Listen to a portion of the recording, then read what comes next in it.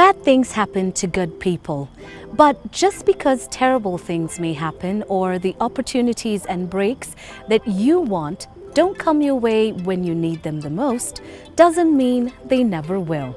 You simply just have to learn to trust the timing of your life. So how do you do that?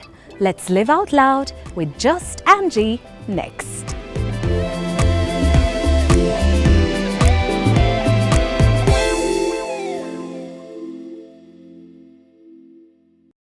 Hello and welcome to Sheila Lives Out Loud. My name is Sheila Mwaniga. Thank you for finding this channel. Please click subscribe and hit notifications. That way you never miss an episode when we upload. And we are living out loud at the waterfront. Karen, you've arrived. This is East Africa's premier destination for shopping, for retail, for well-being, the whole gamut. Be sure to pop in and spend a fantastic day with family and friends, but even better, be a tenant now. I'm going to call you Angie. Yes, I'd love it because I'm not really into titles. It's not, yeah. No. And you've never been big on titles. I'm not. It's just Angie. Just In fact, that's your handle. Yes, I even have a Facebook handle. Angie. Yeah, Just Angie, you know. If you look for Just Angie, you'll find me. All right. Yeah. So Angie, I'd like us to talk about trusting the timing of your life. Because I feel, and this is also largely from my own personal experiences, there's a lot of things in my life that have happened to me and I've wanted to give up. I've wanted to walk away.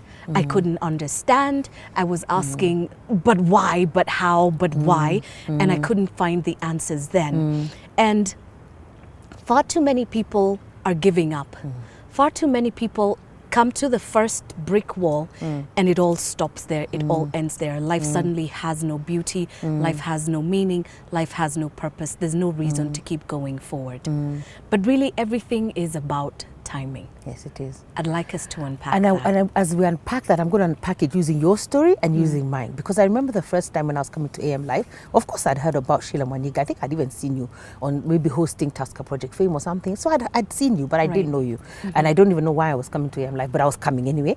But I remember that as I was getting ready in the morning, the Lord just said to me, you're not going to AM Live to go for AM Live, you're going for Sheila.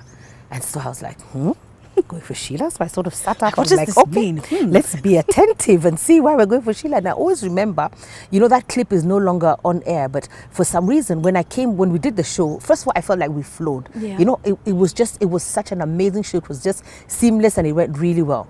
But when I came off the show, people told me, oh, we saw you praying. And I was wondering, how did they know that we prayed? Right. But the cameraman captured, because I said, let's pray when we finished. Yeah. But the cameraman captured that shot. You know, the shot was me praying for you and it ended like that.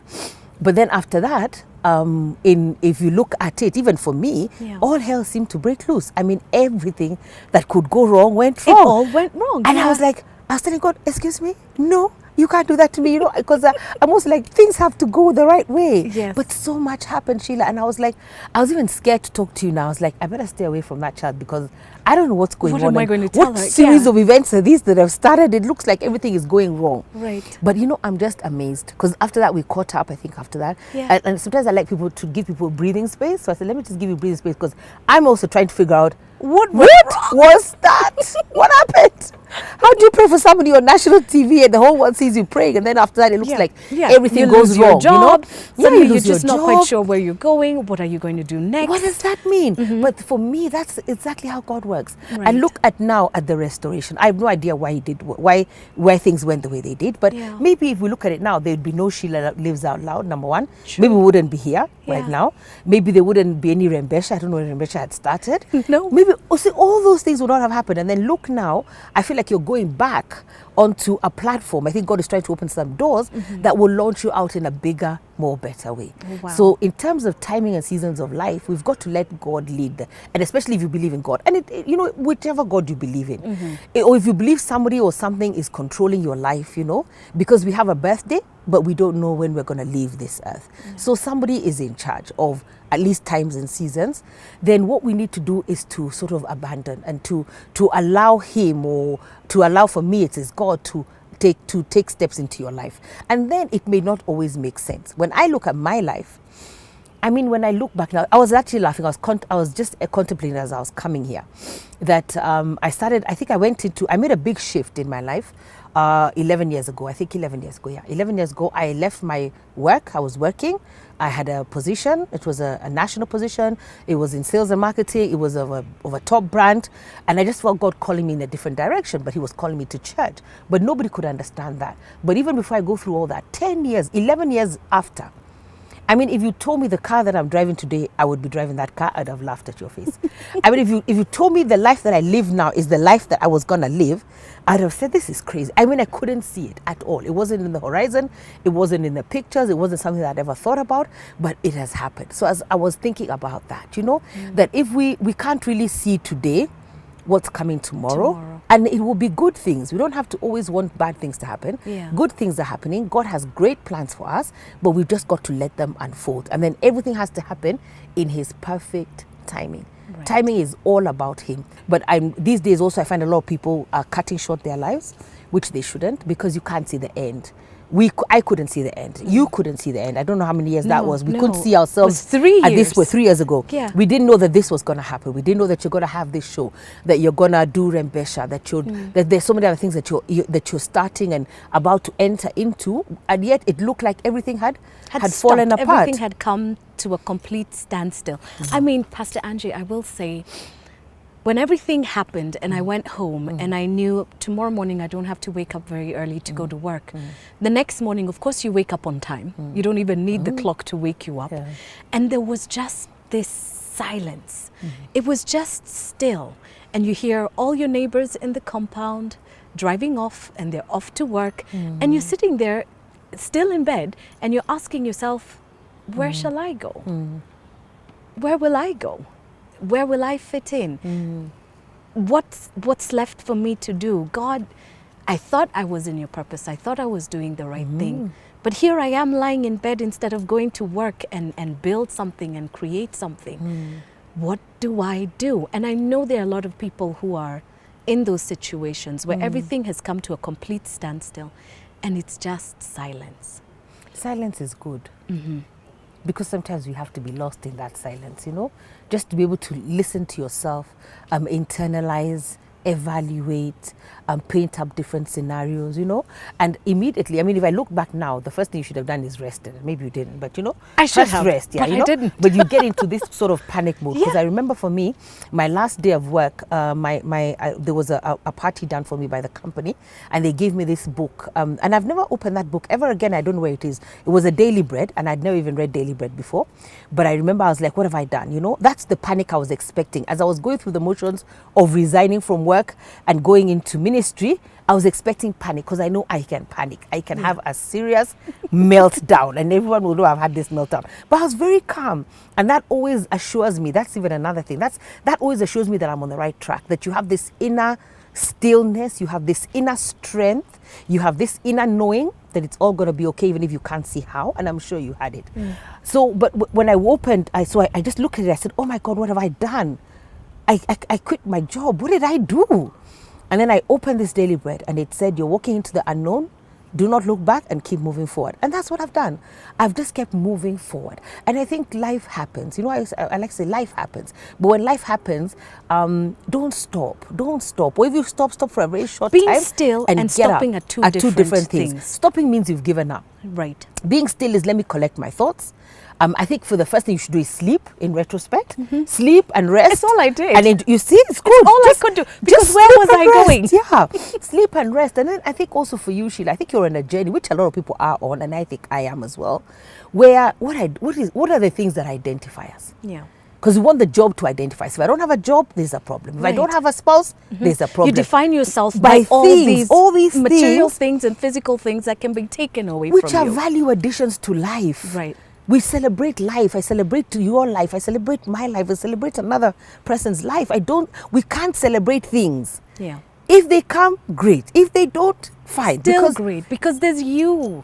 And that's what then makes people do desperate things, It just makes you maybe steal money. There's a big one for us in Kenya, It just, when you're not satisfied with who you are, when you're not secure in who you are, when you're identified by things, then you will go to every measure to get things.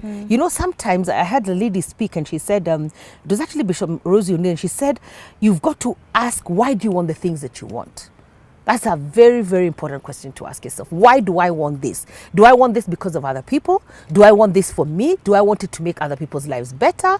What was I created for? In talking about trusting the timing of your life, the timing of your life has got no bearing on the things.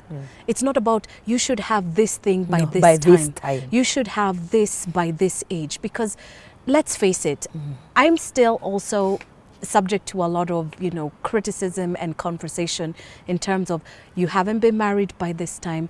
Why don't you have children? You are now of this age, and what is this you're still doing? You know, there's still a lot of pressure and judgment based on, but I don't have this, so maybe I'm not good enough, or because I'm not this, I don't fit in. I've never struggled with that bit. I've understood not to settle, because something like a marriage, something like children, these are lifetime commitments. You just don't make them for somebody else. And if the timing of my life says this doesn't happen for you at this time, as a society, we're not there yet. We're still prescribing, this should happen to you by this time. This should happen to you by this time. How do you not cave in to that kind of pressure? By knowing who you are, by trusting that, for me, there's God out there who's in control of your life. Because the other day I went to my daughter's graduation. The way I've been brought up was that you have to do better for your children than was done for you. So I was able, by the grace of God, to have an education outside this country. So it used to disturb me. It used to really bug me when my daughter was growing up, like, how am I going to make this happen for her? And I didn't have that much money, so I would try to go to investment brokers and, you know, try to save the money, you know, these investment funds, you know, education funds. I mean, I went to so many, but I never did any of them. I don't even know how. But when I was standing there, she was graduating. By the grace of God, her dad has been able to educate her, and he's done a really good job in that. And I really commend him for that. But I stood there and I thought, I wasn't even in charge of this. I was trying to make myself in charge of getting out there an education, and it wasn't in my docket. So you're not in charge of it. When your husband comes, he will come. Yes, he will come. God knows how it's going to arrange that. When your children come, they will come. But when we try to take things into our own hands and plan them and execute them with excellence and have a facade and, you know, have this front, but what's going on behind the scenes, keeping up with everyone else, with the Josephs and the everybody else, then it's not going to work. If you wait for the perfect timing of God, then that will work. And for me, that's what I'm saying. If you had told me 10 years ago, 11 years ago, that I'd be sitting where I am, having what I have, I would have said it's not possible. That doesn't happen. I couldn't even see it. I couldn't picture it, you know. I was even telling somebody the other day, I couldn't even picture next week, let alone, you know how people have 5-year strategies. Yes, those 5-year plans, I don't know what that is. I don't have them. And I just think there's something wrong with me, but I said, okay, let me just flow. Because for me, I can see a year maybe, but I don't see 5 years, 10 years. What do you do to stir yourself up on the inside? Because when you're down in the dumps, it can be difficult to distance yourself from the dumps, because you've been sitting in there and wallowing in there, and sometimes you may need some help getting out. So how do you break that mold that you find yourself in? Because you've been still, and the darkness still continues, and the, you know, just give up now is always a very loud voice. It's much louder than one more day. The voice that says end it can sometimes be much louder than one more day. Just wait. How do you stir up yourself? I'm thinking number one is look at what's right with this picture. I like telling people that a lot. I think the Englishman is one who said every cloud has a silver lining. So there's a cloud, but there's a silver line. So examine what's right with this picture. What's right with my life right now? You know, and there are things there that are right in your life. You have life, you have health, you have vitality, you probably have family, you have, like for me, I think I had a child. There are so many things that are right in this picture. For me, I feel like maybe I have purpose, I have calling, I feel like I was created for something more. Number two, I think it's important to look at seasons and say, what do I need to do for this season? And what are the 5 or 4 things that I need to do now to get myself out of this hole? Because what I love about the human spirit is that we're very strong spiritually. That we really, if you ask somebody, what do I need to do? They will tell you. And if you held them up at gunpoint and said, articulate what you need to do, they will. So sort of, I feel like put yourself under some pressure and articulate what you need to do. And instead of saying, what are the 10 steps, say, what are the 5 things I need to do? I feel also accountability is another thing. you need to share with somebody, because sometimes we die alone, you know. You can't do that. Go share with somebody what you're going through. Think of through who you can trust. Go and share with that person, and let the person also hold you accountable. Right. And I think the other one is to get a mentor and a coach, because a coach is able to, a mentor, coach, I'll even say a pastor. Yeah, somebody who's able to see something in you, and you can have a sit down where you have a conversation, and then you can have takeouts from that conversation, maybe things that you need to action. And then when you begin to action them, you begin to move. Right. Begin to make progress. Another thing I'd like us to briefly touch on is, you know, and this is based on my own personal experience. I feel like when everything started going wrong, it was literally one thing after another. It was a whole snowball of things. And I read a book, the author was talking about the seasons for a tree and what happens to trees in winter. Of course, in Kenya, I don't know if that's the case, but they were saying during the winter season, that's when trees in countries where they have proper winter, they say that's when the roots go deeper. They move beyond what's happening on the surface because the surface is frozen. So that's when the roots sink in even deeper than when it's summer. And so sometimes in the winter of your life, your roots will have to dig in deeper. And in digging in deeper, it's not like you'll always have a support system around you. You could find you're literally all by yourself to figure this thing out. But you had a book. But exactly. Sometimes your help comes in very different forms, because it could be someone who's watching and saying, I don't have a pastor, I gave up church. My mom doesn't talk to me. You know, You have a book. You'll There's the find book. resources everywhere. And I was going to say another thing that comes to mind is if you journal. You know, people who journal. Yeah. It's important. Sometimes it's good to journal, because when you can go back and see what he did. Because I'm feeling like if you've been through stuff before, when you go back and you read maybe the experiences and the hurdles, the obstacles, the challenges you've been able to overcome, that should encourage you that even this one can be done again. I'm going to be able to get out of this one. And then I was going to say another one is try Jesus. You know, I keep telling people about try Jesus. You know, you've tried everything else. Just try. You've got Jesus. nothing left For to me, lose, that really. you've got nothing. You've hit rock. And for me, I know that's what happened. I hit rock bottom. Right. And the only thing that I did is I tried Jesus, and here I am, you know. And the fun Jesus, not the religious kind of Jesus, but the Jesus who's fun, who cares, who loves you, you know. I like even to say sometimes, as I've raised my own child, I've learned to see God as a father, because I've learned that, you see, my daughter, sometimes I can be so upset with her, but she'll just come and say one word, and that's it. Yeah, I'm done, and I'm like, okay, I forgot I was annoyed, or I'm like, okay, let's stop being annoyed now, let's do this. And you know, or I'll say, okay, next time don't do this and Don't this do and the this other. again, yeah. But as a parent, there's a way that you love your child that I don't know. You can't describe it. You can't describe it, but that's the way that God loves us as well. Right. When you think about it like that. So instead of him being this punishing God, he'll probably say, okay, I really don't like when you do that. Please don't do that again. But he'll come back. I mean, he loves us. He's a father, really, He's a when father. all is said and done. And when you look at the fathers that are, you know, a father, we don't say it has to be perfect, but fathers love. Fathers love, fathers provide, fathers give direction, fathers give identity, you know. Right. Fathers know when to be gentle, when to be firm, when to be merciful, when just to let love, you know. Pastor, I believe you and I can speak up until dawn. We've literally seen the sunset and we're still here. And there's so much that we can talk about when it comes to restoration and time on the bench. And looking at my own life personally, I think when everything comes to a stop, you have to change, because you won't find time to change. You won't make that initiative, maybe because of pressures of life.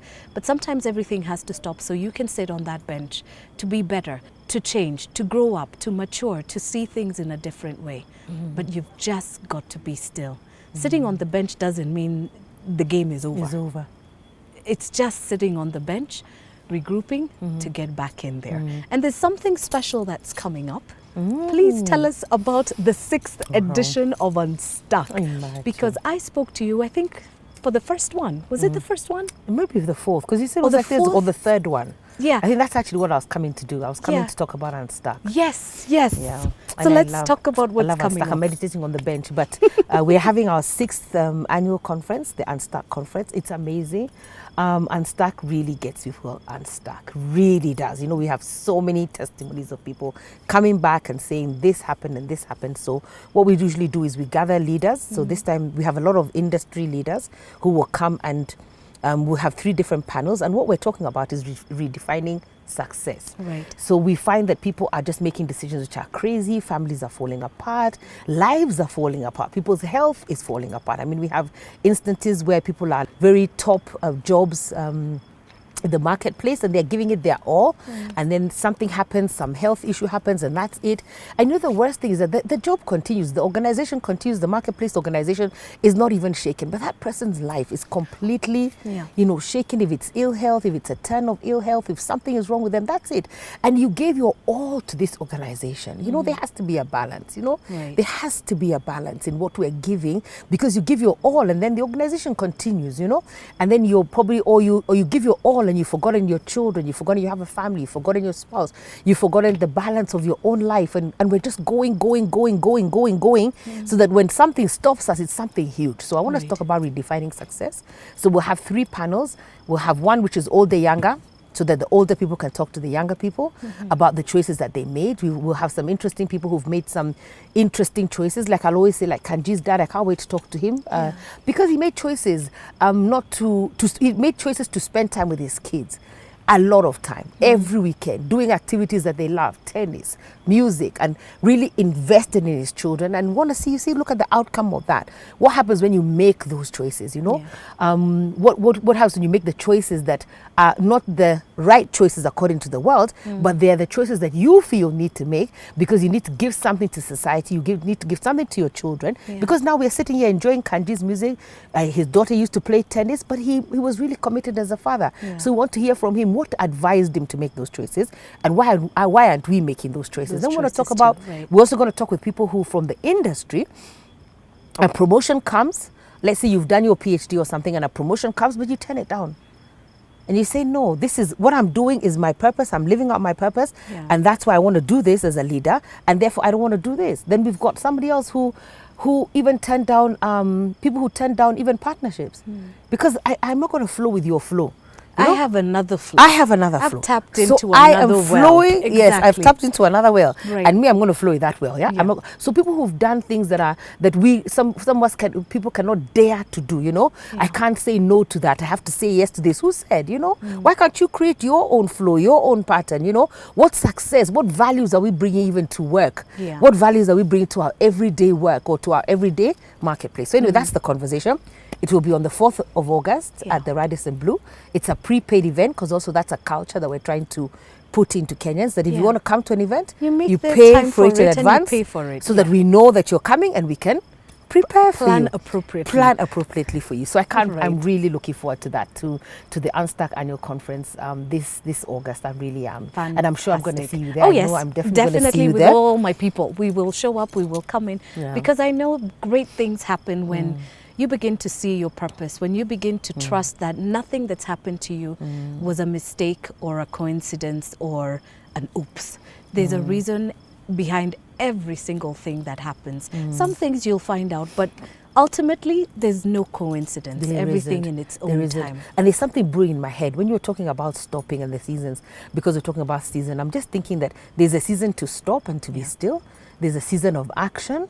There's a season of evaluation. You must continuously evaluate what's going on in my life, what's working, what's not working, sort of like have a debrief with yourself, a time of evaluation. And then there'll be a time now to enjoy the better things in life, because maybe you're in retirement, you can enjoy your grandchildren, you can enjoy, just a season of life of being still, and it's a nice still because it's not as fast paced as all the others. So I think even in terms of that, we need to look at that and look at what season am I in. And even for me, I'm thinking like right now, my daughter's older now, she's like 24. So I'm in a different season. When she was a small girl, I was running around after her, making sure this is done, dropping off homework and all that. Now I'm in a season where I'm an empty nester, Right. So that's a new season. That's a new season. Right. So just not every situation, no situation is permanent. Let's work through the season that we're in and understand the timings of your season and understand that it's not always going to be like that forever. The season's already changing. What Angie. wonderful words to wind up this conversation. Angie, thank you so much for making the time to be here. I look forward to listening to you speak at Unstuck. And of course, you will come back. Yes. This is our home, Definitely. This is our home. We have arrived. We have arrived. We are staking our claim. You always make my day. Oh, you Remember, the conference is coming up, so book your space, pay for your slot. You can find out more information on my social media handles. You can see them, we've been scrolling them throughout the show. And we are going to share, of course, Angie's social media handles as well, so you can register and get inspired to keep moving, even if being in motion means being still, just for a moment. Thank you so much for joining us on this episode of Sheila Lives Out Loud at the Waterfront. Karen, you've arrived. If you're setting up shop, your business is beginning to boom, maybe you want to expand it a little bit, this is the place where you should be. So come out, book your spot as a tenant and enjoy. I mean, look at us, we have arrived. Until our next episode, live out loud in all that you do. Bye for now.